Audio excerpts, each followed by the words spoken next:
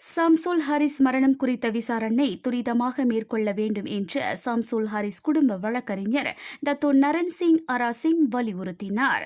Reserve அதிகாரி பயிற்சி படை பயிற்சியாளர் சம்சுல் ஹாரிஸ் சம்சுடீனின் மரணம் குறித்து உடனடியாக விசாரணையை சட்டத்துறை தலைவர் அலுவலகம் நடத்த வேண்டும்.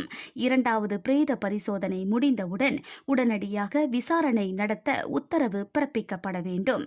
ஆரம்பத்தில் சட்டத்துறை தலைவர் அலுவலகம் பிரேத பரிசோதனைக்கு ஆட்சேபனை தெரிவித்த போதிலும் நீதிமன்றம் ஓர் உத்தரவை பிறப்பித்த பின்னர் அது இறுதியில் மேற்கொள்ளப்பட்டது.